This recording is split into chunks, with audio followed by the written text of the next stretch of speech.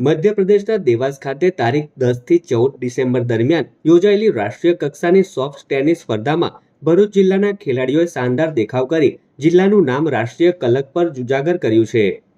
ગુજરાત તરફથી ભાગ લેનારા ભરૂચ જિલ્લાના કુલ 14 ખેલાડીઓએ મળીને 3 ગોલ્ડ, 1 સિલ્વર અને 1 બ્રોન્ઝ મેડલ જીત્યા છે।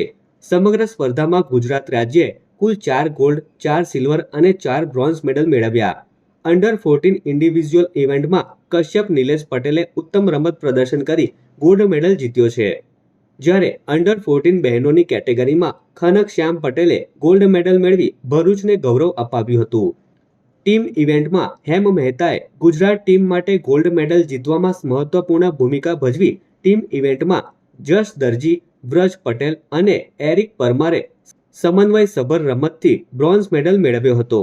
અંડર 14 ભાઈઓમાં કશ્યપ પટેલ અને રેયાંશ મકવાણાએ કઠિન સ્પર્ધા વચ્ચે સિલ્વર મેડલ મેળવ્યો, જ્યારે અંડર 17 બહેનોમાં જીવેકા શાહ અને ખૂબી જૈને પણ સિલ્વર મેડલ જીતી ગુજરાતની મેડલ ટેલીમાં ઉમેરો કર્યો હતો।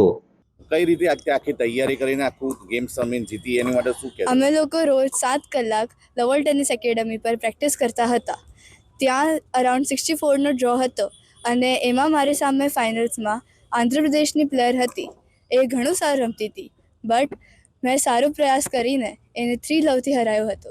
અત્યારે જ અસ્મિતા લીગ થઈ હતી લવલ ટેનિસ એકેડમી પર, એમાં ભરૂચના એમએલએ આવ્યા હતા। એમને અમને બહુ મોટિવેટ કર્યા અને બધા જ છોકરાઓને પણ બહુ મોટિવેટ કર્યા, જેનાથી અમે લોકો આટલું સારું કરી રહ્યા છે। અત્યારે 69મી નેશનલ ગેમ્સમાં ગુજરાત ટીમનું અંડર 19માં પ્રતિનિધિત્વ કર્યું હતું।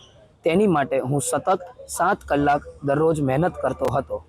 ત્યાં કુલ 16 ટીમો હતી, જેમાંથી ગુજરાતની ટીમને ગોલ્ડ મેડલ મળ્યો હતો।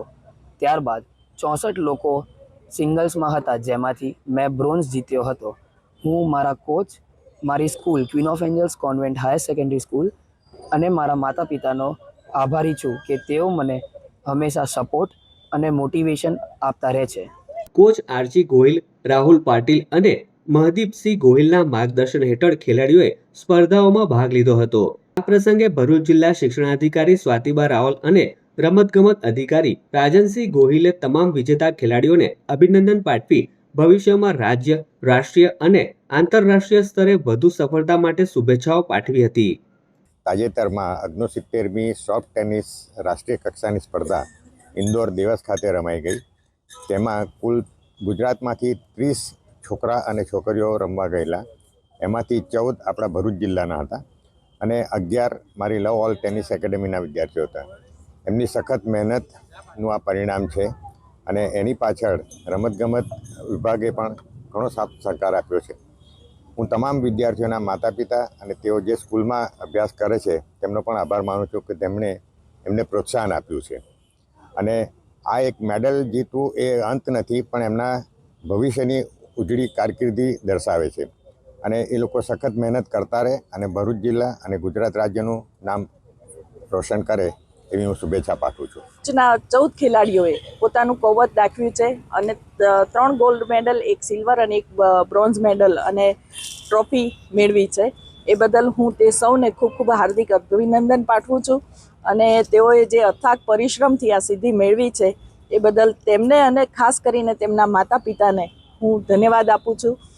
માત્ર ભણતર અગત્યનું નથી, માત્ર પુસ્તકોથી જ આગળ વધાય તે જરૂરી નથી। એ બાબત આ બાળકોએ સિદ્ધ કરી છે। તમારામાં સ્કિલ હોય તો તમે કોઈ પણ ફિલ્ડમાં આગળ આવી શકો છો। મહેનત અને પુરુષાર્થની જરૂર હોય છે, એ બાબત આ બાળકોએ સિદ્ધ કરી છે। એ બદલ બાળકોને પણ હું ખાસ હાર્દિક અભિનંદન પાઠવું છું।